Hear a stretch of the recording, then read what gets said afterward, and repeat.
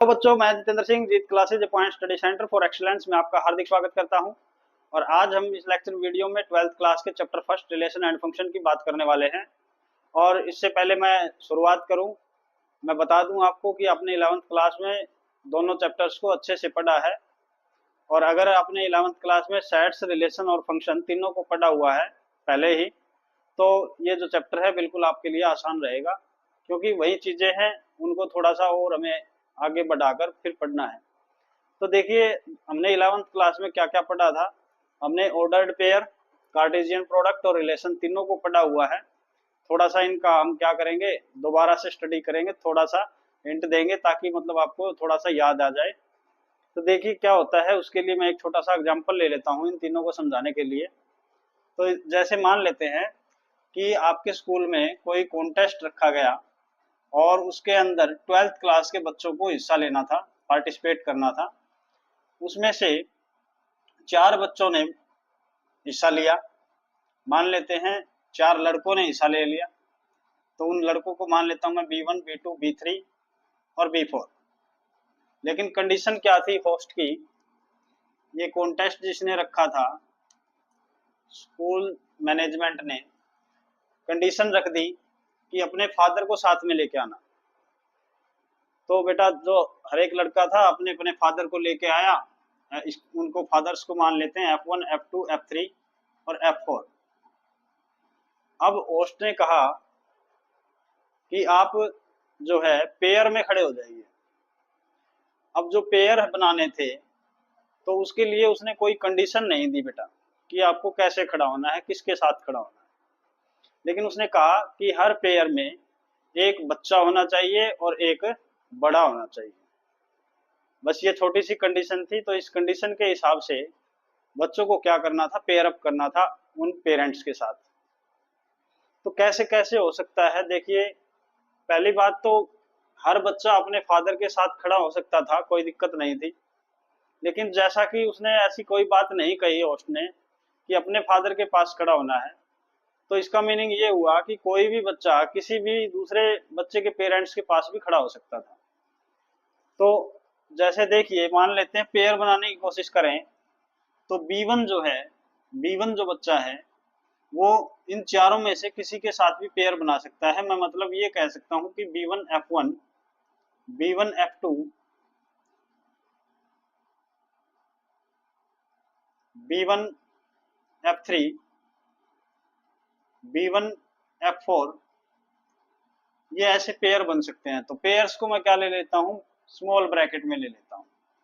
तो एक बच्चे के साथ ये इतने पेयर क्या है, बन सकते हैं। अब यहां जो है दूसरा बच्चा, जब बात करेंगे पेयर बनाने की, तो वो बच्चा भी ऐसे ही पेयर बना सकता है। B2 F1, B2 F2, B2 F3 और B2 F4। ऐसे ही नेक्स्ट बात कर लेते हैं, जो तीसरा बच्चा है वो भी ऐसे ही पेयर अप कर सकता है किसी के भी पेरेंट्स के साथ। तो क्या हो जाएगा, B3 F1, B3 F2, B3 F3 और B3 F4, ये ऐसे पेयर कर सकता है। अब ऐसे ही जो चौथा बच्चा है B4, वो भी पेयर अप कर सकता है किसी दूसरे के पेरेंट्स के साथ भी और अपने पेरेंट्स के साथ भी। तो ऐसे ही करके मतलब हमारे पास क्या है, ये पेयर आ गए BF F4, ये पेयर आ गए। अब ये जो पेयर्स आए हैं बेटा, उस कंडीशन को ध्यान में रखते ही हुए आए हैं कि जैसा कि उसने होस्ट ने कहा कि आपको पेयर बनाना है जिसमें एक बच्चा हो, पहले एक बच्चा हो और फिर उसके बाद एक पेरेंट्स हो। तो ये हमने क्या कर दिया, एक कंडीशन लागू कर दी, ये एक ऐसा सेट बन गया। मतलब मैं ये कह सकता हूँ इन पेयर्स का एक सेट बन गया। अब सेट बन गया तो मैं क्या कर सकता हूँ, इसको बंद कर सकता हूँ। ठीक है बेटा, अगर मैं इसको ए सेट मान लेता हूँ जिसके अंदर क्या है, सभी बच्चों को डाला हुआ है, और बी सेट मान लेता हूँ जिसके अंदर फादर्स को डाला हुआ है, तो ये जो मेरा पेयर अप आया है, इसमें हर एक पेयर में आप चेक कर सकते हो कि पहले एक बच्चा है, फिर फादर बच्चा फादर बच्चा फादर, ऐसे ही हर किसी पेयर में है। इनसे बाहर कोई पेयर नहीं बन सकता, पहले बच्चा होना चाहिए फिर फादर होना चाहिए। तो बेटा क्या हो गया, ये पेयर्स हमारे क्या हो गए, कंप्लीट हो गए। अब ये मैं ये कह सकता हूं कि ये वो पेयर्स हैं, जितने पेयर हम यहाँ से बना सकते हैं उस कंडीशन के हिसाब से कि पहले एक छोटा बच्चा आए और फिर एक पेरेंट्स आए।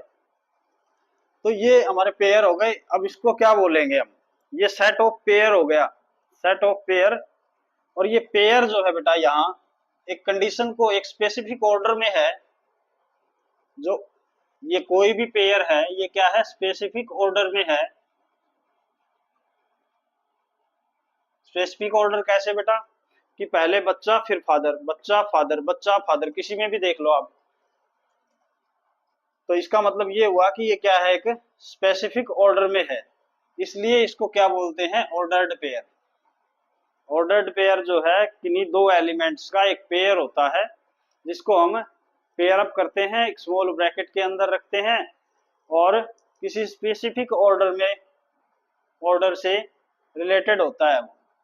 तो यानी हम कह सकते हैं कि ये सारे जो हैं ये क्या है, स्पेसिफिक ऑर्डर में है, इसलिए ये ऑर्डर्ड पेयर है। अब दूसरी बात क्या है बेटा, यहाँ हर ऑर्डर्ड पेयर में पहला एलिमेंट ए से आया है और दूसरा एलिमेंट बी से आया है, तो इसको हम क्या बोलते हैं, और सारे जितने एलिमेंट हो सकते हैं वो सारे हमने लिखे हैं, इसलिए इसको हम क्या बोलेंगे, कार्टेशियन प्रोडक्ट बोलेंगे, जो क्या थी, ए क्रॉस बी के बराबर होती है, ए क्रॉस बी के बराबर होती है। ए क्रॉस बी क्यों लिखा बेटा, क्योंकि पहला एलिमेंट हर ऑर्डर्ड पेयर का पहला एलिमेंट हमारा क्या है, ए सेट से है, और दूसरा एलिमेंट जो है हमारा कहां से है, बी सेट से है। तो ये हो गया हमारा ए क्रॉस बी, और इसको हम क्या बोलते हैं, कार्टेशियन प्रोडक्ट बोलते हैं। यानी कार्टेशियन प्रोडक्ट जो है एक ऐसा सेट है जिसके अंदर कोई दो नॉन एम्प्टी सेट जो हमें गिवन दे रखे हैं, उन दोनों के एलिमेंट्स के बीच में पेयर अप करना होता है। और पेयर अप जो है वो किस किस में होता है बेटा, स्पेसिफिक ऑर्डर में होता है। तो ये हमारा क्या है, ए क्रॉस बी है। आई होप आपको समझ में आ रहा है कि पेयरिंग कैसे हुई है। अब बात करते हैं बेटा, अगर ये तो हो गया हमारा क्या है, ए क्रॉस बी, जिसके अंदर हर एलिमेंट, एक सेट का हर एलिमेंट दूसरे सेट के हर एक एलिमेंट के साथ पेयर अप कर रहा है। क्योंकि यहाँ कोई कंडीशन नहीं थी, सिर्फ कंडीशन क्या थी कि पहला जो एलिमेंट आए, पहला जो मतलब क्या हो, पहले बच्चा आए फिर क्या आए, फादर आए। यानी पहला एलिमेंट क्या हो, एक बच्चा हो, दूसरा एलिमेंट क्या हो, एक फादर हो। कंडीशन और कोई नहीं थी यहाँ कि मतलब हमें किसी बच्चे को उसी के फादर के साथ खड़ा करना था, तो ऐसी कोई कंडीशन नहीं थी, तो हमने पेयर जो है वो इतने बना दिए ये। अब अगर मैं ये कहूं कि आपको एक कंडीशन लगा दें यहाँ इसी ए क्रॉस बी पर, इसी कार्टेशियन प्रोडक्ट पर, कि आपको बच्चा जो लेंगे उसी का फादर उसके साथ होना चाहिए, और ऑर्डर ऐसे ही रहेगा कि पहले बच्चा खड़ा होगा और फिर फादर। तो यानी मतलब मैं अगर कंडीशन लगा के फिर चेक करूं कि मेरे कौन कौन से एलिमेंट बनेंगे, तो क्या होगा बेटा, जो B1 है वो F1 के साथ ही खड़ा हो सकता है, बाकी के साथ नहीं। ऐसे ही B2 जो है F2 के साथ खड़ा हो सकता है, बाकी के साथ नहीं। ऐसे ही B3 जो है F3 के साथ, और B4 जो है F4 के साथ। तो ये हमारे पेयर होंगे बेटा। अगर मैंने ये लगा दिया, ये कंडीशन लगा दी कि कोई भी बच्चा अपने खुद के फादर के साथ खड़ा होगा, दूसरे के साथ नहीं होगा। तो यहाँ भी हमारे पास क्या है, ये पेयर बने हैं, इससे अलावा कुछ नहीं बन सकता। स्पेसिफिक ऑर्डर मैंने कहा कि सेम रहेगा, पहले बच्चा आएगा और फिर फादर आएगा। तो ये भी हमारा क्या हो गया, एक सेट हो गया, जिस सेट में जो कंडीशन लगाई है उसके हिसाब से 4 ही एलिमेंट आएंगे, बाकी कोई एलिमेंट नहीं आएगा। तो ऐसा जो हमारा सेट बनता है, जिसके अंदर जो स्पेसिफिक ऑर्डर है उसके ऊपर कंडीशन लगा दी जाती है, उसको हम क्या बोलते हैं बेटा, रिलेशन बोलते हैं, और कैपिटल आर से उसको दिखाते हैं। तो आई होप आपको समझ में आ रहा है बिल्कुल। देखो क्या था, हमारे पास दो सेट थे, पहले में क्या थे, 4 बच्चे थे, दूसरे में क्या थे, उनके पेरेंट्स थे, फादर थे। अब हमें पहले तो क्या कह दिया कि ए और बी जो है नॉन एम्प्टी सेट है, ठीक है भाई। फिर उसने कहा कि ए क्रॉस बी निकाल दो, तो ए क्रॉस बी का मीनिंग क्या है? कोई भी दो नॉन एम्प्टी सेट है, उनका उनमें से किसी एक का एक एक सेट का हर एक एलिमेंट दूसरे सेट के हर एक एलिमेंट के साथ पेयर बनाए, तो उसको हम, जो भी सेट बनेगा उस सेट को हम क्या बोलेंगे? ए क्रॉस बी। और ए पहले क्यों लिखा है? क्योंकि ए के पहले एलिमेंट जो पेयर में आए हुए हैं वो पहले आए हुए हैं, और बी जो हमारा दूसरा सेट है उसके जो एलिमेंट्स है वो बाद में आए हुए हैं सेकंड नंबर पे। तो इसलिए ये क्या है? ए क्रॉस बी में ये पेयर अप हुए हैं, इतने पेयर बने हैं। लेकिन हमने अगर स्पेसिफिक ऑर्डर पे क्या लगा दिया? कंडीशन लगा दी कि भाई पहला बच्चा जो आएगा उसी का पेरेंट्स, उसी का फादर उसके साथ खड़ा होगा, तो कंडीशन लग गई, तो बाकी जो चीजें हैं वो खत्म हो जाएंगी। तो हमें हमारे पास क्या आ जाएंगे? ऐसे एलिमेंट आएंगे B1 F1, B2 F2, B3 F3, B4 F4। तो ये हमारी क्या है? ये हमारा क्या हो गया? रिलेशन हो गया। तो मेरे कहने की बात ये है कि जब भी नॉन एम्प्टी सेट में कोई भी कंडीशन ना लगा रखी हो, किसके ऊपर बेटा? ऑर्डर्ड पेयर के ऊपर, सिवाय स्पेसिफिक ऑर्डर के, तो जितने भी हमारे पास पेयर बनेंगे उन पेयर्स के सेट को हम क्या बोलेंगे? कार्टेशियन प्रोडक्ट बोलेंगे। लेकिन अगर उसी स्पेसिफिक ऑर्डर पे, यानी जो हमें क्या, हमारा क्या आया है? हमारा ऑर्डर्ड पेयर आया है, उसके ऊपर जो स्पेसिफिक ऑर्डर है उसके ऊपर अगर हमने क्या है, कोई कंडीशन थोप दी, तो वही वही हमारा ए क्रॉस बी क्या बन जाता है? एक रिलेशन बन जाता है, और उसके एलिमेंट्स क्या हो जाते हैं? कम हो जाते हैं। और यहाँ से आप ये भी देख सकते हो कि जो रिलेशन के अंदर एलिमेंट आए हैं वो चारों के चारों ऊपर भी है बेटा ए क्रॉस बी में। तो एक ऐसा सेट जिसके सारे एलिमेंट किसी दूसरे सेट में हो, तो उस सेट को हम क्या बोलते हैं? उस सेट को तो हम सबसेट बोलते हैं। इसका मीनिंग ये हुआ कि ये जो आर होता है, relation is always a subset of A cross B, meaning Cartesian product of two sets. I hope आपको समझ में आ रहा है, बिल्कुल आसान है। इनकी डेफिनेशंस देखते हैं, बिल्कुल इजी डेफिनेशंस है। तो देखिए क्या है डेफिनेशन। तो बेटा पहले क्या करते हैं? ऑर्डर्ड पेयर की डेफिनेशन देखते हैं। Let A and B are two non empty set. कोई भी दो सेट है हमारे पास ए और बी, जो क्या है? नॉन एम्प्टी है, जिसके अंदर एलिमेंट होने जरूरी है दोनों में। And let A belongs to A. मान लेते हैं जो स्मॉल ए हमारा क्या है? एलिमेंट है, जो किससे बिलोंग कर रहा है? कैपिटल ए से। और स्मॉल बी जो हमारा क्या है? एलिमेंट है, जो किससे बिलोंग कर रहा है? सेट बी से। Then any element of the form A B. जैसा कि मैंने बताया था कि ए बी टाइप का कोई भी एलिमेंट है उसको हम क्या बोलेंगे? ऑर्डर्ड पेयर बोलेंगे। और यहाँ से बेटा हमें स्पेसिफिक ऑर्डर की बात करने की जरूरत नहीं है, क्योंकि यहाँ क्या बोल रखा है कि ए बिलोंग कर रहा है कैपिटल ए से और बी बिलोंग कर रहा है कैपिटल बी से। मीनिंग ये हुआ कि दो अलग अलग सेट हैं, तो हमारा जो पहला एलिमेंट होगा वो सेट ए से होना चाहिए, और दूसरा एलिमेंट जो है हमारा सेट बी से होना चाहिए। तो हमें यहाँ कोई स्पेसिफिक ऑर्डर की बात करने की जरूरत नहीं है। इसी तरह दूसरी अगर डेफिनेशन की बात करें, ए पेयर ऑफ ऑब्जेक्ट्स और elements taken in a specific order. हमें जब भी ऑब्जेक्ट्स या एलिमेंट्स का पेयर बनाना है तो हम क्या करेंगे? एक स्पेसिफिक ऑर्डर में उनको लिख देंगे, तो हमारे पास क्या हो जाएगा? एक ऑर्डर्ड पेयर आ जाएगा। अब ऑर्डर्ड पेयर को समझ गए। ऑर्डर्ड पेयर की खास बात होती है बेटा दो तीन। पहली बात क्या है कि ए बी, अगर हमारा कोई ऑर्डर्ड पेयर है तो इसको ए को हम क्या बोलेंगे? इसको बोलेंगे बेटा फर्स्ट एलिमेंट। फर्स्ट एलिमेंट, क्योंकि ये पहले आया हुआ है इसलिए। और ये जो बी है इसको हम क्या बोलेंगे? Second element. तो छोटी सी बात है, ये तो आपको समझ में आ ही गई होगी कि जो पहले प्लेस पे है उसको फर्स्ट एलिमेंट और दूसरे प्लेस पे है उसको सेकंड एलिमेंट। अब देखिए, अगर हमने 11th क्लास में भी पढ़ा है कि कोई दो ऑर्डर्ड पेयर ए बी और सी डी बराबर होंगे, तो उसके लिए क्या कंडीशन होती थी बेटा? कि हमारा जो पहला एलिमेंट है वो पहले के बराबर और दूसरा एलिमेंट जो है वो दूसरे के बराबर होना चाहिए। तो इसका मीनिंग ये हुआ कि हम दोनों तरफ से ये वाला साइन लगा सकते हैं कि अगर हमारे पास क्या है, दो ऑर्डर्ड पेयर सेम है, तो क्या होगा? ए बराबर सी होगा और बी बराबर क्या होगा? डी होगा। तो ये एक छोटी सी कंडीशन है जो हमने 11th क्लास में पढ़ी थी। हरियाणा बोर्ड में तो इससे रिलेटेड क्वेश्चन भी आ जाता है। बात करते हैं दूसरी कंडीशन की। ये हमारी पहली कंडीशन थी बेटा। दूसरी कंडीशन क्या है, जो हमारा ए बी हमारा कोई ऑर्डर्ड पेयर है वो बेटा बी ए के बराबर नहीं होगा जब तक ए और बी क्या ना हो, बराबर ना हो। इसका मतलब जब जब हमारा क्या है, ऐसी कंडीशन है तो ए बराबर नहीं है बी के। लेकिन अगर ए और बी बराबर हो जाए, इफ ए एंड बी बराबर हो जाए, मतलब दोनों सेम एलिमेंट हो, तो बेटा हम कह सकते हैं कि ए बी और बी ए ये दोनों क्या है, इक्वल हैं। तो ये छोटी सी बात है कि अगर ए और बी बराबर नहीं है तो A B not equal to B A, और अगर हमारा ए और बी बराबर है, मतलब जैसे 2 2 3 3 4 4, तो वहां हमारे पास ए बी बराबर क्या हो जाएगा, बी ए हो जाएगा बेटा। लास्ट इसके अंदर बात करते हैं कि अगर लास्ट इसके अंदर बात करते हैं बेटा कि ये जो ए बी हम लिखते हैं और ये वाला जो ए बी लिखते हैं, इन दोनों में क्या है, फर्क है।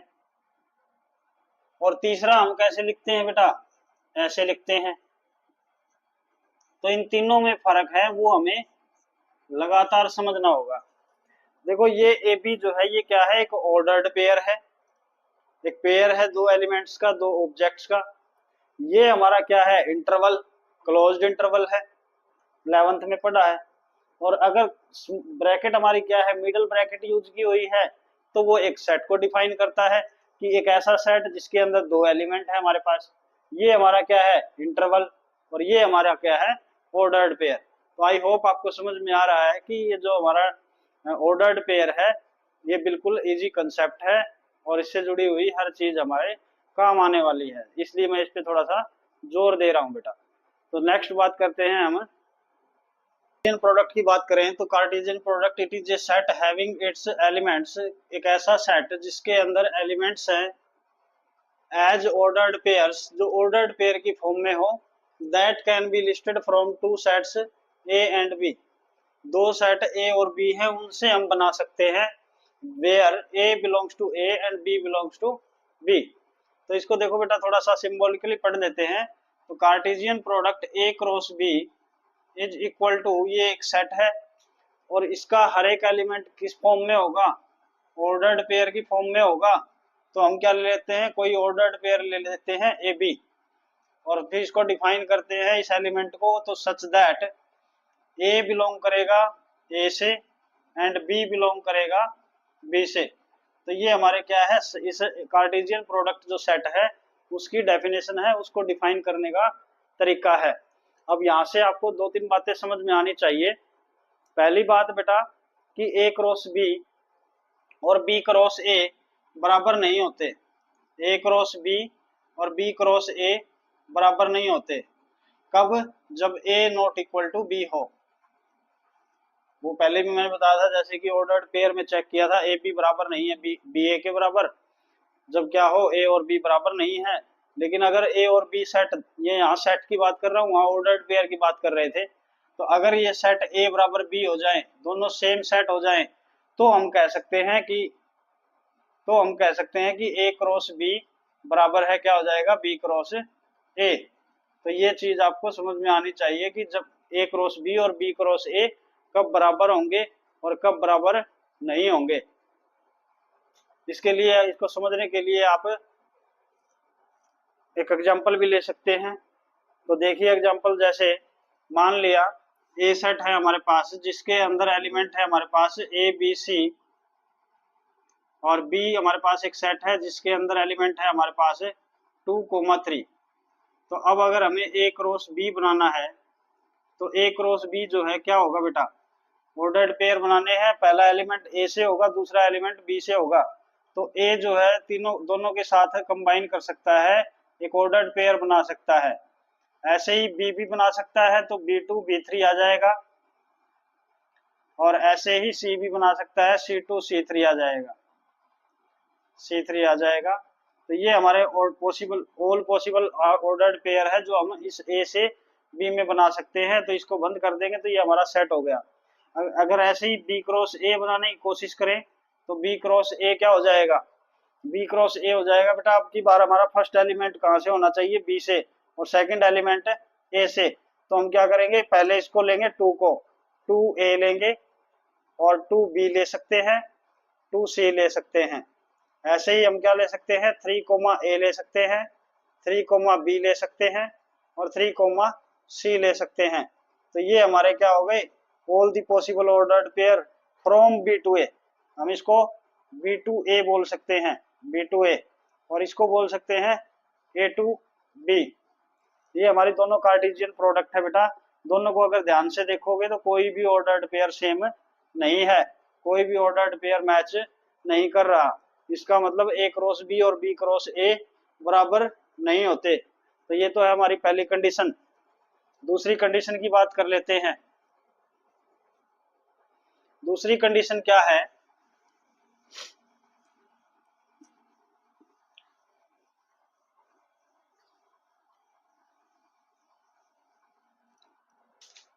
देखो बेटा क्या है कि अगर ए मान लिया हमने 5, हमने कोई खाली सेट ले लिया, और बी जो है मान लेते हैं कि ये नॉन एम्प्टी सेट है, नॉन एम्प्टी सेट है, मतलब इसमें कोई एलिमेंट है। तो यानी मैं इसको ए 5 माना है तो बी को मान लिया हमने जैसे 1 2 3 मान लिया। अब इन दोनों की अगर हमें ए क्रॉस बी निकालना है तो क्या हम निकाल पाएंगे, इसमें तो एलिमेंट ही नहीं है बेटा। और ए क्रॉस बी का मतलब हमने अभी किया था कि इसका जो ऑर्डर्ड पेयर आएगा वो ए बी टाइप का आएगा। और जहां ए क्या बिलोंग, किससे बिलोंग करेगा, ए तो बिलोंग करेगा ए से, और बी बिलोंग करेगा किससे, बी से। लेकिन ए में तो कोई एलिमेंट ही नहीं है, एलिमेंट नहीं है तो हम इसको ऑर्डर पेयर में नहीं लिख सकते। देखो बेटा खाली सेट का मतलब जीरो नहीं होता। खाली सेट का मतलब है उसके अंदर कोई एलिमेंट है ही नहीं। तो कोई है ही नहीं तो पहले स्थान पे क्या रखेंगे, पहले फर्स्ट प्लेस जो फर्स्ट एलिमेंट की जगह है उसको कैसे फिल करेंगे। तो इसका मतलब अगर हमारे पास एक भी सेट, दोनों में से एक भी सेट अगर 5 है यानी एम्प्टी सेट है, तो ए क्रॉस बी जो है नहीं बना पाएंगे, और नहीं बनेगा तो उसको क्या बोलते हैं, एम्प्टी सेट बोलते हैं बेटा। यानी ए क्रॉस बी क्या आ जाएगा, 5 आ जाएगा।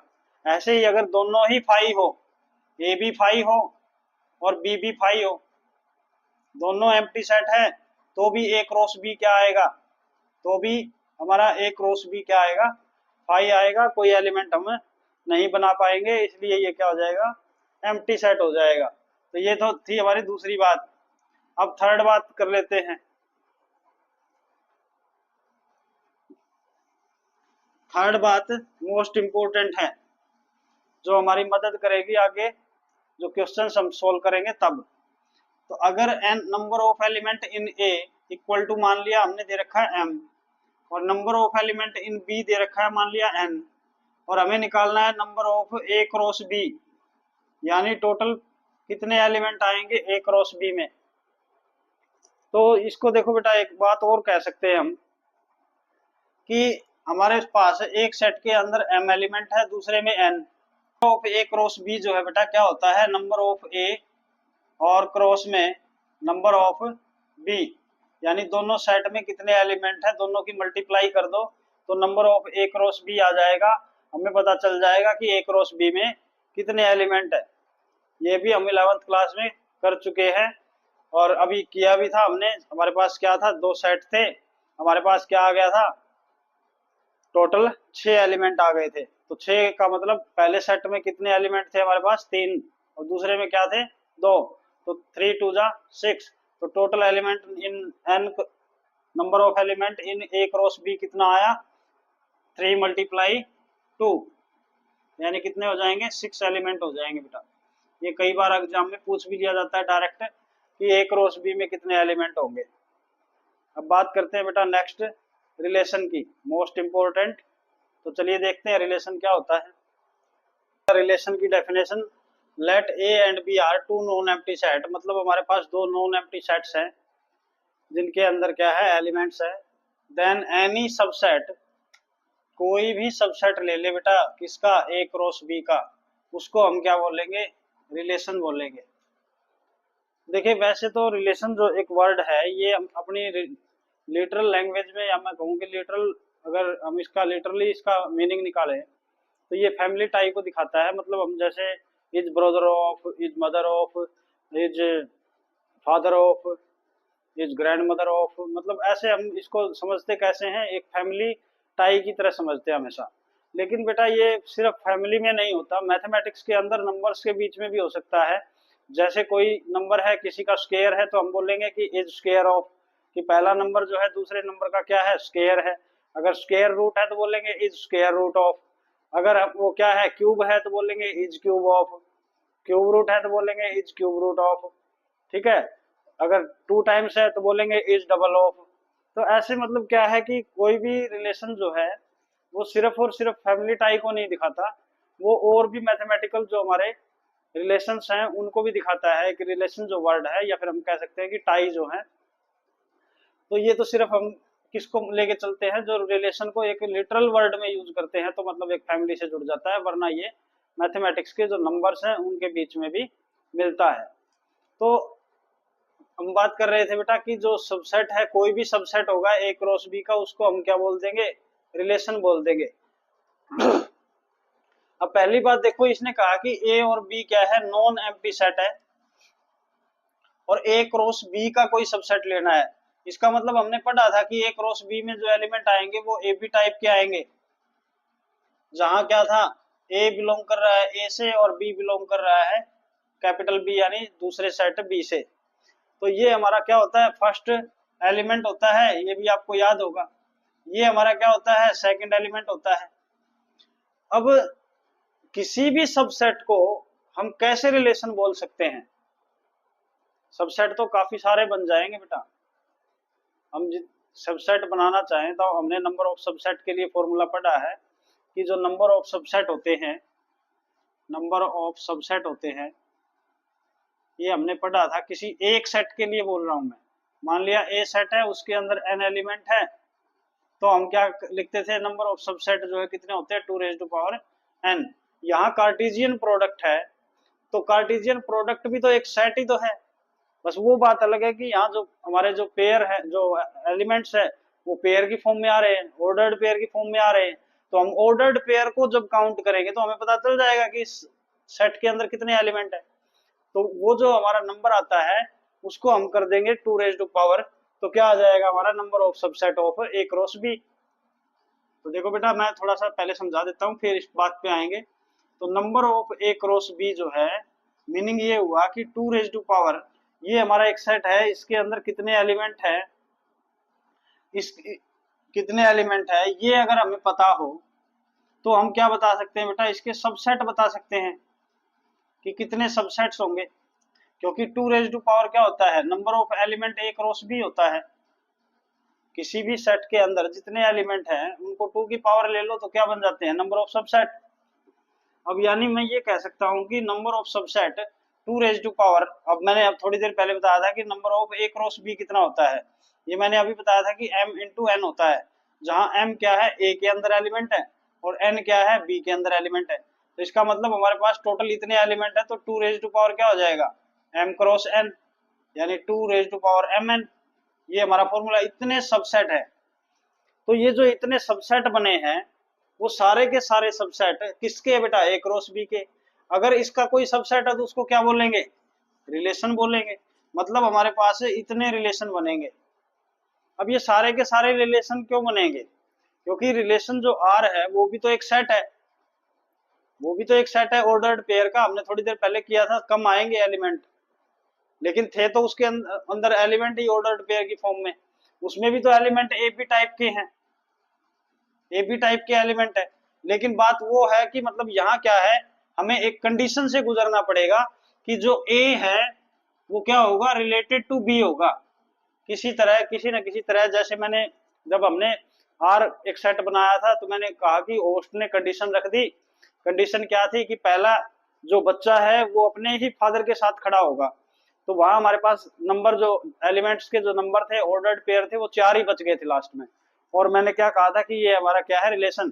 ठीक है, इज सन ऑफ का बोल सकते हैं उसको, कि बच्चा B1 is son of F1, B2 is son of F2। ऐसे ही हम क्या है इसको बोल सकते हैं, ये हमारा रिलेशन था इज सन ऑफ का। तो ऐसे ही यहाँ हमारा जो एलिमेंट है, हर एक सबसेट के अंदर ए इज रिलेटेड टू बी होना चाहिए, तभी हम क्या बोलेंगे उसको, इसका सबसेट बोलेंगे और तभी हम इसको क्या बोलेंगे, रिलेशन बोलेंगे। वो उस कंडीशन को क्या करे, सेटिस्फाई करे बेटा। तो इसका सिंबल के फॉर्म में अगर हम लिखना चाहें तो कैपिटल आर यानी रिलेशन एक सेट होता है, तो सेट का नाम हो गया आर, इक्वल टू सेट है तो करली ब्रैकेट का यूज करेंगे। एलिमेंट जो है वो किस फॉर्म में आएगा, ऑर्डर्ड पेयर में। अब ऑर्डर्ड पेयर कैसा है, ए जो बिलोंग कर रहा है ए से और बी बिलोंग कर रहा है बी से। लेकिन ये तो कंडीशन किसकी होती है बेटा, ए क्रॉस बी की। तो यहाँ क्या करना पड़ेगा, हमें कंडीशन देनी पड़ेगी। कंडीशन क्या है, कंडीशन है A is related to be. जो हमारा पहला एलिमेंट है वो दूसरे एलिमेंट से किसी न किसी तरीके से जुड़ा हुआ हो, और उसी तरीके से उसी रिलेशन के अंदर जितने भी हमारे ऑर्डर्ड पेयर बनेंगे वहीं इस रिलेशन के हमारे क्या होंगे, एलिमेंट्स होंगे बेटा। तो बिल्कुल आसान सी बात है, हमारा आर जो है क्या होता है, ए बी ऑर्डर्ड पेयर की फॉर्म में होता है, जहां ए से बिलोंग करेगा, बी बी से बिलोंग करेगा, और कंडीशन क्या रहेगी, ए जो है वो क्या होना चाहिए, आर रिलेशन में होना चाहिए बी के साथ, ए इज रिलेटेड टू बी। तो ये हमारा छोटा सा रिलेशन की डेफिनेशन थी। इसके बाद हम बात करते हैं किसी भी रिलेशन के अंदर डोमेन और रेंज क्या होती हैं। डोमेन, रेंज और कोडोमेन बेटा। डोमेन, रेंज और कोडोमेन को समझते हैं बेटा। डोमेन, रेंज और कोडोमेन, इन तीनों को समझना है हमें। इनको समझने के लिए मैं एक एग्जांपल ले लेता हूं।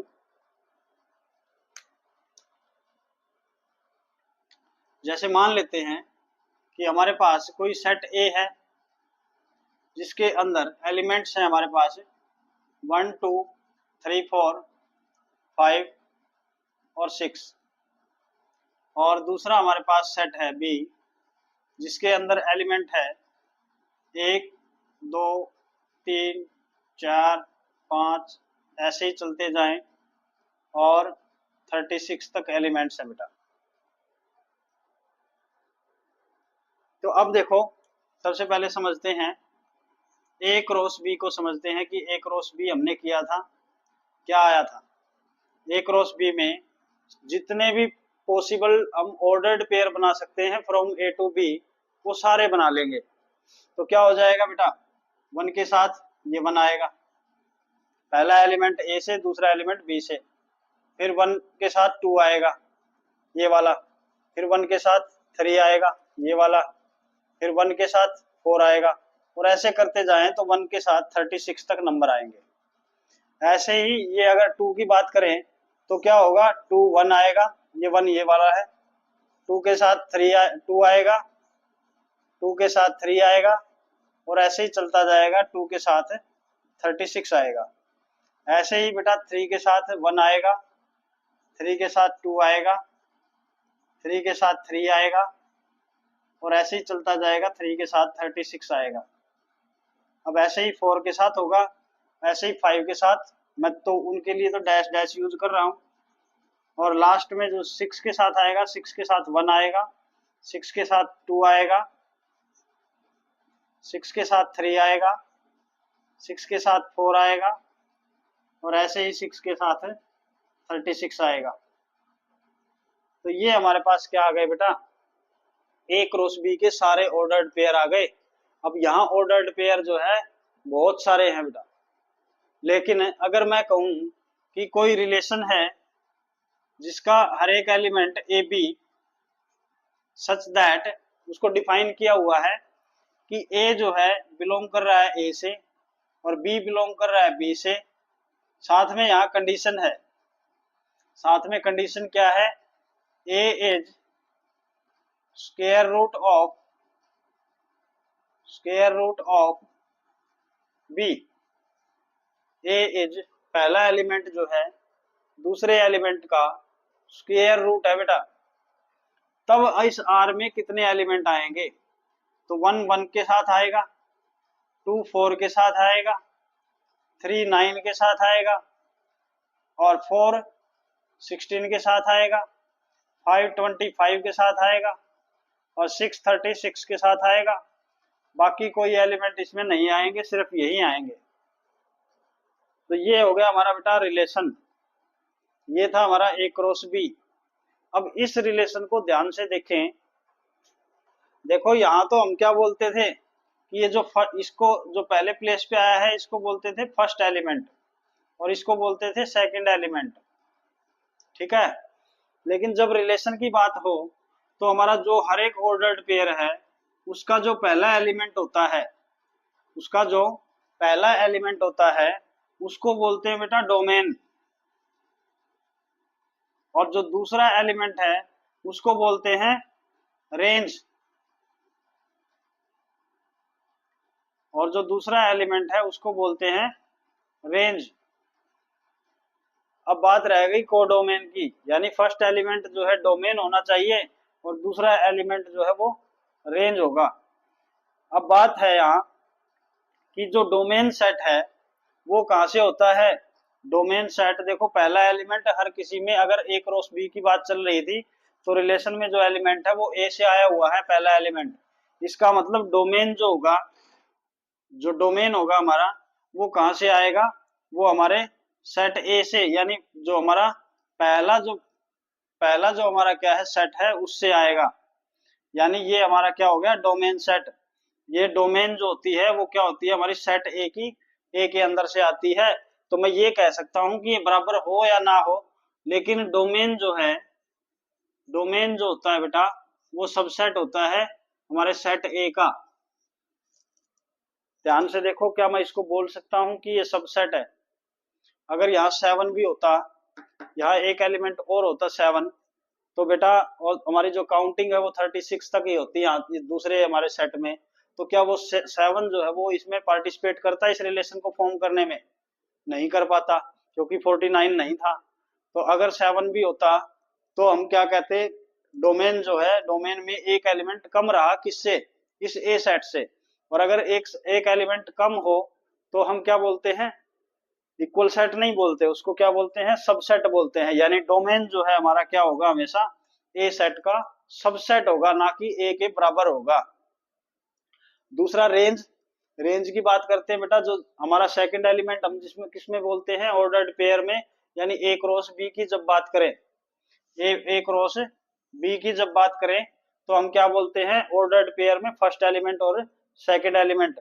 लेकिन यहाँ जो सेकंड प्लेस पे जो एलिमेंट आता है, या मैं सीधा ये भी कह सकता हूँ कि सेकंड एलिमेंट ही हमारी क्या होती है, रेंज ऑफ आर होती है।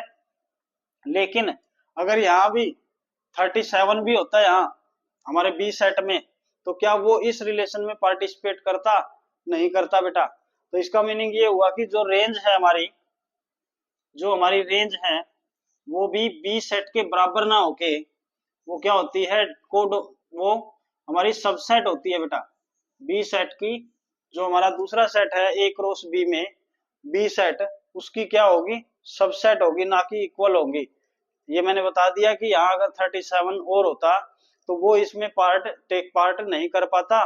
तो इसलिए हम ये कह सकते हैं कि रेंज और बी जो है मतलब बराबर नहीं, रेंज जो है सबसेट है बेटा बी का। तो ये हमारा हो गया रेंज। अब बात करते हैं कोडोमेन की।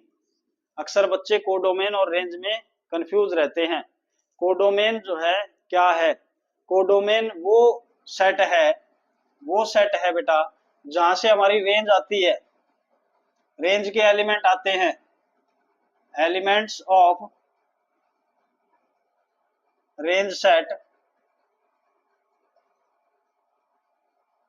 जहां से आते हैं।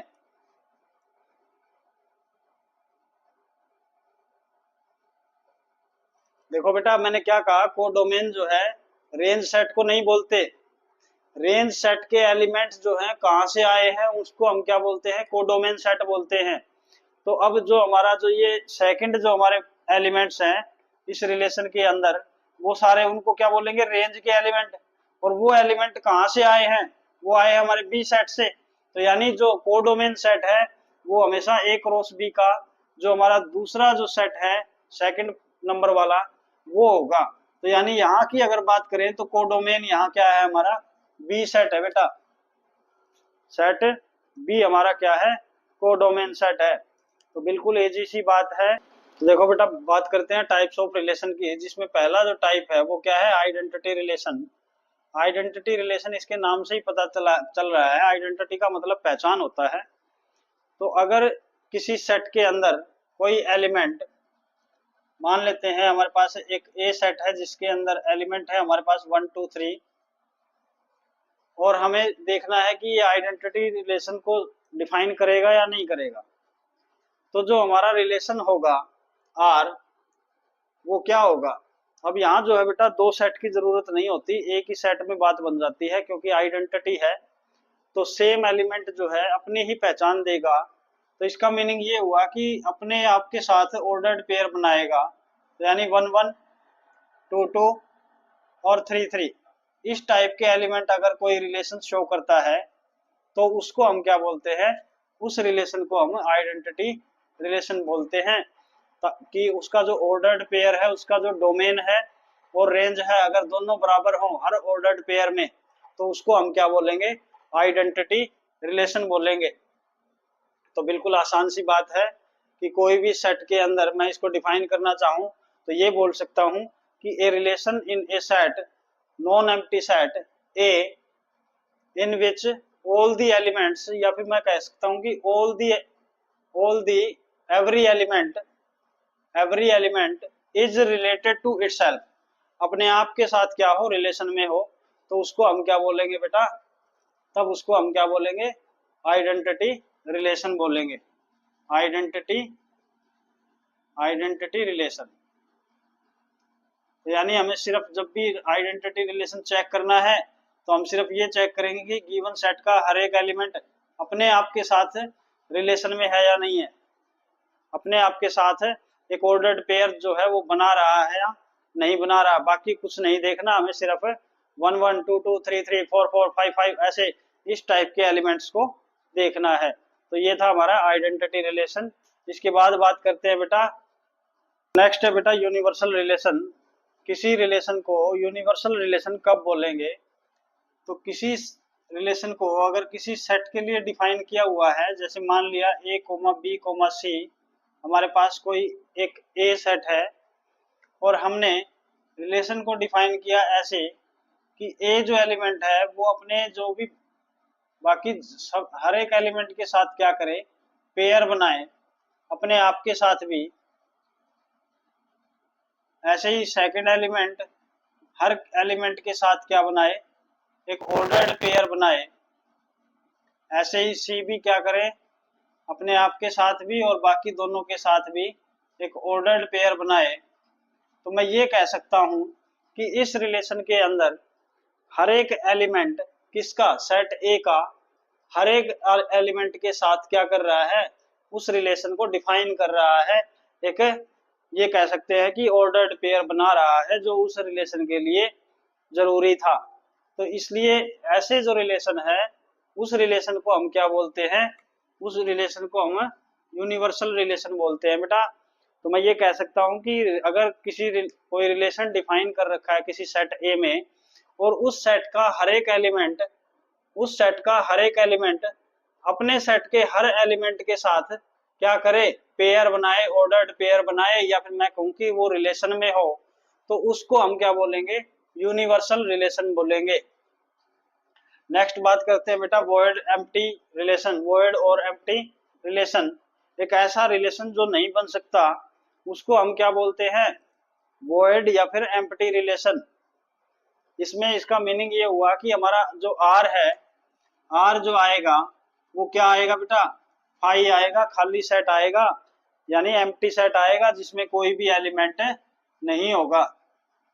एम्प्टी सेट यानी एक ऐसा रिलेशन जो नहीं हो सकता, उसको हम क्या बोलेंगे, एम्प्टी या फिर वॉइड रिलेशन बोलेंगे। तो नेक्स्ट बात करते हैं बेटा वॉइड एंड और एम्प्टी रिलेशन की। जब हमारा कोई भी रिलेशन, इसके नाम से ही पता चल रहा है, ऐसा रिलेशन जो नहीं बन सकता, या फिर मैं ये कहूं कि वो जो रिलेशन है उसका जो सेट बनेगा वो क्या हो, एम्प्टी सेट हो बेटा, तब हम उसको क्या बोलेंगे, एम्प्टी रिलेशन या फिर वॉइड रिलेशन बोलेंगे। फॉर एग्जांपल ले लेते हैं, जैसे मान लेते हैं, मैंने कहा कि एक ए सेट है जिसके अंदर ऑल दी पैरेलल लाइंस है, all the parallel lines in a plane. किसी प्लेन में जितनी भी क्या हो सकती है, पैरेलल लाइन हो सकती है, वो मैंने सारी ले ली। जैसे मान लिया ये L1 हो गई, ये L2 हो गई, ये L3 हो गई, ये L4 हो गई। तो ये मैंने सारी लाइन जितनी भी हो सकती थी वो मैंने सारी ले रखी है बेटा। ये यहाँ खत्म नहीं हुई है, ऑल दी पैरेलल लाइन बोला है तो इनफाइनाइट नंबर ऑफ लाइन हो सकती है जो पैरेलल हो किसी एक प्लेन में। तो अब अगर मैं कहूँ कि कोई रिलेशन डिफाइन कर रखा है जिसके अंदर उसका एलिमेंट जो है L1, L2 टाइप का है, यानी दो लाइंस लेनी है हमें, लेकिन L1 और L2 दोनों ही किससे बिलोंग करती है, सेट ए से। और मैं साथ के साथ कंडीशन ये कह दूं कि L1 should be perpendicular to L2, L1 should be perpendicular to L2। तो अब यहाँ देखोगे बेटा L1 और L2 कोई भी दो लाइन लेंगे वो तो पैरेलल है, क्या वो पैरेलल होने के साथ साथ परपेंडिकुलर हो सकती हैं? नहीं हो सकती, क्योंकि जो भी दो लाइन पैरेलल हैं वो परपेंडिकुलर थोड़े हो सकती है। अब परपेंडिकुलर नहीं हो सकती तो इसका मतलब R जो है उसके अंदर कोई एलिमेंट नहीं आएगा। तो यानी R जो है क्या बनेगा, यहाँ फाई बनेगा, एम्प्टी सेट बनेगा। तो इसलिए इसको हम क्या बोल देंगे, वॉइड रिलेशन या फिर एम्प्टी रिलेशन बोल देंगे। बिल्कुल आसान सी बात है बेटा। जहां भी आपको ऐसा लगे कि जो कंडीशन है वो सेटिस्फाई नहीं कर सकती कोई भी दो एलिमेंट जो हमें उस सेट में दे रखी है, जो भी सेट हमें गिवन है, तो अब हम उसको क्या बोल देंगे, रिलेशन को वॉइड और एम्प्टी रिलेशन। नेक्स्ट चलते हैं बेटा इनवर्स। नेक्स्ट बात करते हैं बेटा इनवर्स रिलेशन की। इनवर्स रिलेशन का मतलब है, इनवर्स का मतलब होता है उल्टा। तो जो भी रिलेशन हमें दिया हुआ है उसका इनवर्स जब भी निकालना हो तो उसको उसके जो ऑर्डर्ड पेयर हैं उनको क्या कर दो, उसके ऑर्डर्ड पेयर के जो एलिमेंट्स हैं उनको क्या कर दो, उल्टा कर दो। जैसे मान लिया कोई हमें आर दे रखा है रिलेशन जिसका हर एक एलिमेंट ए बी टाइप का है, जहां ए बिलोंग कर रहा है ए से और बी बिलोंग कर रहा है बी से। और मैं साथ के साथ ये भी कह सकता हूं कि A is related to be. ऐसा कोई हमारे पास क्या है, रिलेशन है जिसके अंदर ए बी टाइप का हमारे पास एलिमेंट है, ए बिलोंग कर रहा है ए से और बी बिलोंग कर रहा है बी से, और कंडीशन क्या है, A is related to B. तो अगर मुझे इसका इनवर्स निकालना है आर इनवर्स, तो मुझे सिर्फ इसको ऑर्डर्ड पेयर को उल्टा करना है। तो यानी ये क्या हो जाएगा, बी ए टाइप का हो जाएगा जहां, और इसको अगर डिफाइन करना है तो क्या हो जाएगा, बी बिलोंग्स टू ए और A belongs to, sorry B belongs to B और A बिलोंग्स टू A। और साथ की साथ क्या हो जाएगा, ये रिलेशन भी उल्टा हो जाएगा, B is related to A।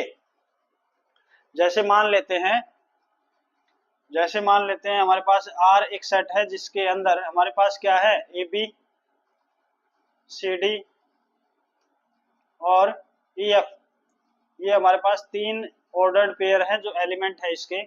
तो अगर हमें R इनवर्स निकालना है तो इनको उल्टा कर दो बस, तो क्या हो जाएगा, BA DC और FE। बिल्कुल आसान है इनवर्स रिलेशन को निकालना। यानी R इनवर्स के अंदर जो भी हमारे पास R में थे एलिमेंट उनको उल्टा करके रख दो, तो हमारे पास क्या आ जाएगा, इनवर्स ऑफ दैट रिलेशन, जिसको हम क्या बोलेंगे, इनवर्स रिलेशन। नेक्स्ट बात करते हैं बेटा रिफ्लेक्सिव रिलेशन की, जो बहुत ही इंपॉर्टेंट है। चाहे आपका सीबीएसई बोर्ड है चाहे एचबीएसई बोर्ड है, रिफ्लेक्सिव, सिमेट्रिक और ट्रांजिटिव ये तीनों ही पूछे जाते हैं। वैसे तो सारे इंपॉर्टेंट है लेकिन ये थोड़े से ज्यादा इंपॉर्टेंट है। तो रिफ्लेक्सिव रिलेशन क्या होता है, फॉर ए गिवन रिलेशन या set, for a given set A, set A, if A belongs to A, अगर उस सेट का कोई भी एलिमेंट है, then AA should belong to R। देखो बेटा मैंने क्या कहा कि कोई सेट है अगर A और उसका कोई एलिमेंट है A, स्मॉल a, तो वो ऐसा ऑर्डर्ड पेयर जरूर बनाए तब हम उस रिलेशन को क्या बोलेंगे, रिफ्लेक्सिव रिलेशन बोलेंगे। जैसे मान लेते हैं कि कोई सेट ए है जिसके अंदर हमारे पास एलिमेंट है ए कोमा बी कोमा सी, और मेरा रिलेशन जो है वो क्या दे रखा है, वो A B B B B B C और सी सी। अगर मेरा ये रिलेशन है जिसके अंदर मेरे पास ये एलिमेंट्स हैं, तो अब मुझे बाकी नहीं देखना है कि मतलब ए जो है, ए देखो ए के साथ आया है, बी के साथ आया है और सी के साथ आया है। ये तीनों एलिमेंट अपने आप के साथ क्या बनाना चाहिए, इनको ऑर्डर्ड पेयर बनाना चाहिए, बाकी चाहे किसी के साथ बनाए या ना बनाए। तो ऐसे रिलेशन को हम क्या बोलते हैं, ऐसे रिलेशन को हम रिफ्लेक्सिव रिलेशन बोलते हैं बेटा। तो ऐसा ही हमने किस में किया था, आइडेंटिटी रिलेशन में। इसका मीनिंग ये हुआ कि जो आइडेंटिटी रिलेशन होता है, आइडेंटिटी रिलेशन वो हमारा क्या होता है बेटा, वो हमारा रिफ्लेक्सिव रिलेशन होता है, रिफ्लेक्सिव रिलेशन होता है। बाकी एलिमेंट्स को नहीं देखना है हमें, सिर्फ क्या देखना है कि इसका हर एक एलिमेंट अपने आप के साथ ऑर्डर्ड पेयर जरूर बनाता हो, बाकी चाहे किसी के साथ बनाए या ना बनाए। तो हमें ए बी सी सी, लेकिन हर एक एलिमेंट चेक करना है बेटा। ये नहीं कि मतलब अगर यही ऐसे होता कि ए और बी और सी ए बी ऐसे होता, तो अब यहां से देखो यहाँ सी मिस है, तो अगर एक भी एलिमेंट के लिए मिस है तो इसका मतलब हम ये कह सकते हैं कि for all c belongs to A, c does not belongs to R. और ये आर जो है तब क्या नहीं होता, रिफ्लेक्सिव नहीं होता बेटा। हमें सिर्फ खाली तीन ही एलिमेंट से मतलब है, अगर तीन एलिमेंट दे रखे हैं तो ए बी और सी बस इन्हीं से मतलब है, बाकी चाहे कुछ है चाहे नहीं है। तो ये हमारा क्या है, रिफ्लेक्सिव रिलेशन। आइडेंटिटी रिलेशन को रिफ्लेक्सिव रिलेशन बोलेंगे क्योंकि उसका हर एक एलिमेंट अपने आप के साथ क्या बनाता है, एक ऑर्डर्ड पेयर बनाता है। ऐसे ही क्या होता है हमारा, ऐसे ही हमारा यूनिवर्सल रिलेशन था बेटा, यूनिवर्सल रिलेशन अभी थोड़ी देर पहले बताया था। यूनिवर्सल रिलेशन में हर एक एलिमेंट अपने सेट के हर एक एलिमेंट के साथ क्या करेगा, ऑर्डर्ड पेयर बनाएगा। हर एक एलिमेंट का मतलब है अपने आप के साथ भी रिलेशन बनाएगा। इसका मीनिंग ये हुआ कि उसके अंदर ए टाइप का एलिमेंट जरूर मिलेगा। तो यानी यूनिवर्सल जो रिलेशन होता है वो भी हमारा क्या होता है, रिफ्लेक्सिव रिलेशन होता है। बिल्कुल आसान सी बात है। नेक्स्ट बात करते हैं बेटा सिमेट्रिक रिलेशन की। तो सिमेट्रिक रिलेशन में क्या होता है बेटा कि कोई रिलेशन जो डिफाइन है हमारा ए टू ए, इसको क्या बोलते हैं, ए टू ए को relation on A, relation on set ए। यानी ए का एलिमेंट उठाएंगे डोमेन की फॉर्म में और रेंज भी कहां से आएगी, उसी सेट से आएगी। तो इसमें क्या होता है सिमेट्रिक रिलेशन में, सिमेट्रिक नाम से ही पता चल रहा है जो आगे और पीछे से सेम हो। तो मतलब क्या है, अगर कोई एलिमेंट हमारा ए बी है और वो बिलोंग कर रहा है आर से, ध्यान से सुनना बेटा, ए और बी जो दो एलिमेंट्स हैं वो किसके एलिमेंट हैं, ए सेट के। यानी ए जो है वो बिलोंग कर रहा है ए से और बी भी किससे बिलोंग कर रहा है, ए से। तो अगर वो कोई रिलेशन को डिफाइन कर रहा है कि ए बी जो है उस रिलेशन से बिलोंग करता है, यानी उसका एक ऑर्डर्ड पेयर है, उसका एक एलिमेंट है, तो कंडीशन क्या है, अगर ऐसा हो तो ऐसा भी होना जरूरी है, b a belongs to R, कि हम उस ऑर्डर्ड पेयर को उल्टा करें तो वो भी कहाँ मिलना चाहिए, उसी रिलेशन के अंदर मिलना चाहिए। अगर ऐसा है तो हम क्या बोलेंगे, सिमेट्रिक है, वरना नहीं है। फॉर एग्जांपल ले लेते हैं, जैसे मान लिया ए सेट है हमारे पास 1 2 3 और हमारे पास कोई रिलेशन दे रखा है हमें 1 1 1 2 2 1 2 3 3 2 और 1 3। मान लिया हमें ये रिलेशन दिया हुआ है बेटा, तो हम देखो क्या चेक करेंगे, हम चेक करेंगे a B belongs to R, कोई भी ऑर्डर्ड पेयर उठाए तो उसका उल्टा भी क्या करना चाहिए, उसी रिलेशन के अंदर मौजूद होना चाहिए। तो जैसे 1 1 है, इसका उल्टा करेंगे तो भी 1 1 रहेगा, मतलब सेम है इसके अंदर। अब जैसे 1 2 लिया हमने तो 2 1 है क्या इसमें, ये रहा। अब 2 1 लेंगे तो उसका उल्टा क्या होगा, 1 2 होगा, ठीक है, ये दोनों हो गए। अब 2 3 ले लिया तो क्या हो जाएगा, इसका उल्टा करेंगे 3 2 आ गया, तो वो भी है इसके अंदर। अब ये 1 3 जो हमने लिया, ये 1 3 तो है इसमें, लेकिन 3 1 नहीं है। अगर ये 3 1 होता तो मतलब ये क्या था, हमारा सिमेट्रिक था। अब ये 3 1 इसके अंदर नहीं है, तो इसका मतलब ये आर जो है सिमेट्रिक नहीं है बेटा। तो यहाँ हम यहाँ क्या लिखेंगे, 4 1 3 जो किससे बिलोंग करते हैं, ए सेट से, और जो 1 3 है वो किससे बिलोंग कर रहा है, आर से। बट इसका उल्टा यानी 3 1 does not belongs to R, इसका उल्टा जो है वो बिलोंग नहीं कर रहा रिलेशन में। इसका मतलब क्या क्या हुआ, रिलेशन हमारा सिमेट्रिक नहीं है, तो हम बोल देंगे कि ये सिमेट्रिक नहीं है भाई, नॉट सिमेट्रिक, नॉट सिमेट्रिक। अब इसी को देखो बेटा, अगर मैं क्या कर दूं, यहाँ छोटा सा चेंज कर दूं, ये एलिमेंट हटा दूं यहाँ से, ये छोटा सा एलिमेंट मैंने एक एलिमेंट हटा दिया, एक ऑर्डर्ड पेयर कम कर दिया, तो अब मुझे चेक करना है कि क्या ये रिलेशन अब सिमेट्रिक है। तो बेटा बात तो वही है, ये 1 1 इसका उल्टा किया है, 2 1 है, 2 3 का उल्टा 3 2, हर एक एलिमेंट का उल्टा है, हर एक ऑर्डर्ड पेयर का उल्टा है।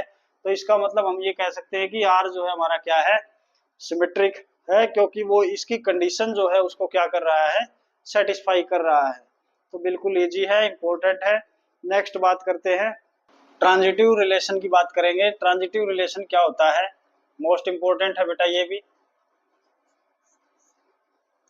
ट्रांजिटिव रिलेशन, अगर कोई रिलेशन हमें कहा जाए रिलेशन ऑन सेट ए, उसका मीनिंग क्या था, मैंने बताया था ए टू ए, यानी ए का एलिमेंट ए से ए से कोई एलिमेंट लेंगे, वो डोमेन की फॉर्म में, यानी फर्स्ट एलिमेंट और सेकंड एलिमेंट भी कहाँ से होगा, उसी सेट ए से होगा। तो उसको हम कब ट्रांजिटिव बोलेंगे, तो हम यहाँ लिख सकते हैं is set to be transitive if, अगर हमारे पास कोई दो एलिमेंट है ए बी और बी सी, किसमें रिलेशन के दो एलिमेंट ले लिए हमने, लेकिन यहाँ ए बी और सी तीन एलिमेंट है, ये कहाँ से है बेटा, ये सेट ए से है। ए कोमा बी कोमा सी, ये तीनों एलिमेंट कहाँ से है, ए सेट से, मैंने क्योंकि बोला है रिलेशन ऑन सेट ए। तो ये जो भी एलिमेंट आएंगे वो कहाँ से आएंगे, ए में से आएंगे, ए सेट में से। तो यानी हमारे पास दो एलिमेंट ए बी और बी सी, ये दो एलिमेंट हुए हैं, क्योंकि ऑर्डर्ड फॉर्म, ऑर्डर्ड पेयर की फॉर्म में है।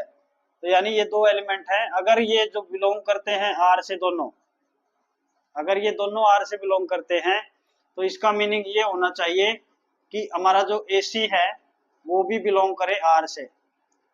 देखो बेटा क्या है, हमारे पास तीन एलिमेंट थे ए बी और सी, पहले दो जो एलिमेंट है वो उस रिलेशन को डिफाइन करते हैं, या मैं ये कहूँ कि जो रिलेशन की कंडीशन है उसको सेटिस्फाई करते हैं। ऐसे ही पीछे के जो दो एलिमेंट है वो भी क्या करते हैं, वो भी उस कंडीशन को सेटिस्फाई करते हैं। यहाँ से एक चीज और ध्यान देनी है कि पहला जो एलिमेंट है उसका सेकंड कंपोनेंट और जो दूसरा है उसका फर्स्ट कंपोनेंट, दोनों का क्या होगा, सेम होगा बेटा, ये दोनों सेम होंगे। और देखना कौन सा है हमें, इसका पहला और इसका आखिरी, इसका पहला और ये आखिरी। तो यानी ए बी सी अगर है तो ए कोमा बी और बी कोमा सी दो एलिमेंट क्या है, कंडीशन को अगर सेटिस्फाई करते हो, तो हमें चेक ये करना है कि जो पहला और आखिरी है मतलब ए सी, वो भी क्या करे, उस रिलेशन को डिफाइन करे, या फिर मैं कहूँ कि उसी रिलेशन की कंडीशन को सेटिस्फाई करे। तो अब हम क्या बोलेंगे, ट्रांजिटिव बोलेंगे बेटा। बहुत ही आसान है, देखो कैसे, सिंपल सी बात है। अगर मैं कहता हूं कि मतलब ए इज रिलेटेड टू बी और बी इज रिलेटेड टू सी, और कंडीशन मैंने दे दी कि जो हमारा जो ए बी है, वो जो ऑर्डर्ड पेयर बनाया है मैंने, वो ऐसे बनाया है कि A is greater than B. तो यानी इसका मीनिंग क्या हुआ, A is greater than B, और इसका मीनिंग क्या हुआ, B greater than C, B greater than C. तो नेचुरल सी बात है कि ए जो है वो क्या होगा, दोनों को अगर मिलाएं तो ए जो है वो सी से बड़ा होगा, ए और ए जो है वो सी से बड़ा हो गया, तो इसका मतलब हम कह सकते हैं कि ए सी बिलोंग कर रहा है आर से। तो हम तब क्या बोल देंगे कि ट्रांजिटिव है, तब हमारा रिलेशन क्या होगा, ट्रांजिटिव होगा। बिल्कुल आसान है बेटा। तो ये मोस्ट इंपोर्टेंट था हमारे लिए, ट्रांजिटिव। अब बात करेंगे लास्ट, देखो क्या है लास्ट, इक्विवेलेंस रिलेशन। किसी रिलेशन आर को हम इक्विवेलेंस बोलेंगे, लेकिन वो क्या करना चाहिए, उसको तीन कंडीशंस को सेटिस्फाई करना चाहिए। तीन कंडीशंस को सेटिस्फाई करता हो तो हम कहेंगे कि ये जो हमारा जो रिलेशन है वो क्या है, इक्विवेलेंस रिलेशन है। कौन कौन सी कंडीशन है देखिए। सबसे पहली कंडीशन कि for all A belongs to A, किसी भी सेट का कोई एलिमेंट ले लें तो क्या होना चाहिए, ए बिलोंग करना चाहिए, ए बिलोंग करना चाहिए बेटा किससे, उस रिलेशन आर से, पहली कंडीशन। और यही कंडीशन किसकी थी हमारी, रिफ्लेक्सिव की, रिफ्लेक्सिव रिलेशन की कंडीशन थी बेटा ये। दूसरी condition, for all A B belongs to A, कोई अगर दो एलिमेंट हम ले लेते हैं किसी सेट ए से, then such that a B belongs to R, अगर ए बी बिलोंग करे आर से, then this should be implies that b a also belongs to R. यानी हमारा अगर ए बी जो टाइप का एलिमेंट आर में हो तो बी ए टाइप का एलिमेंट भी आर में होना चाहिए। जो क्या किसकी कंडीशन थी हमारी, सिमेट्रिक रिलेशन की थी बेटा, सिमेट्रिक रिलेशन की। और थर्ड कंडीशन, अगर हमारे पास फॉर ऑल कोई भी सेट ए है जिसके अंदर तीन एलिमेंट अगर हमने ले लिए बिलोंग्स टू ए, और वो तीनों एलिमेंट ऐसे हैं कि ए कोमा बी जो ऑर्डर्ड पेयर है वो किस में आ रहा है, हमारे रिलेशन को डिफाइन कर रहा है। बी सी जो है वो भी किसको डिफाइन कर रहा है, आर को, रिलेशन को, या फिर उसकी कंडीशन को सेटिस्फाई करता है। तो मैंने बताया था कि ए सी जो है वो भी क्या करना चाहिए, उस रिलेशन की जो कंडीशन दे रखी है उसको सेटिस्फाई करना चाहिए। तब हम उसको क्या बोलेंगे, ट्रांजिटिव बोलेंगे। ये हमने किया था, ट्रांजिटिव रिलेशन। अगर ऐसी कंडीशन किसी कोई एक रिलेशन सेटिस्फाई कर दे तीनों कंडीशंस को अकेला, उसको हम क्या बोलेंगे फिर, इक्विवेलेंस रिलेशन बोलेंगे बेटा। मोस्ट इंपोर्टेंट है ये। अगर हम किसी भी रिलेशन को ये साबित कर दें, प्रूव कर दें, ये दिखा दें हम कि वो जो हमारा रिलेशन है वो क्या है, रिफ्लेक्सिव भी है, सिमेट्रिक भी है और ट्रांजिटिव भी है, तब हम उस रिलेशन को क्या बोलेंगे, इक्विवेलेंस रिलेशन बोलेंगे। और इसके लिए हमें कुछ नहीं करना, हमें तीनों कंडीशंस को लगा के देख लेना है जो भी हमें रिलेशन दिया हुआ है। तो ये था बेटा हमारा आज का जो टॉपिक था, introduction to relation and function, जिसमें हमने रिलेशन क्या होता है, ऑर्डर्ड पेयर और Cartesian product of two sets, और साथ के साथ रिलेशन के टाइप किए हैं। तो आई होप आपको अच्छे से समझ में आए होंगे, बिल्कुल जीरो से पढ़ाया है। तो अगर आपको ये वीडियो अच्छी लगी है तो बेटा लाइक और शेयर जरूर करना है, और अगर आप इस चैनल से जुड़ना चाहते हैं तो आप इस चैनल को सब्सक्राइब कर लें और साथ के साथ बेल आइकन को जरूर दबाएं, और कमेंट सेक्शन में जरूर बताया करो बेटा कि ये वीडियो आपको कैसी लगी। इसमें जो पढ़ाया गया है, जो स्टडी का तरीका है वो आसान रहा या मुश्किल रहा, ताकि मैं आगे इस चीज़ को थोड़ा सा और अप्लाई कर सकूं, कि मतलब आपके लिए मैं इस वीडियो को बेहतर बना सकूं। Thank you. इसी के साथ जय हिंद।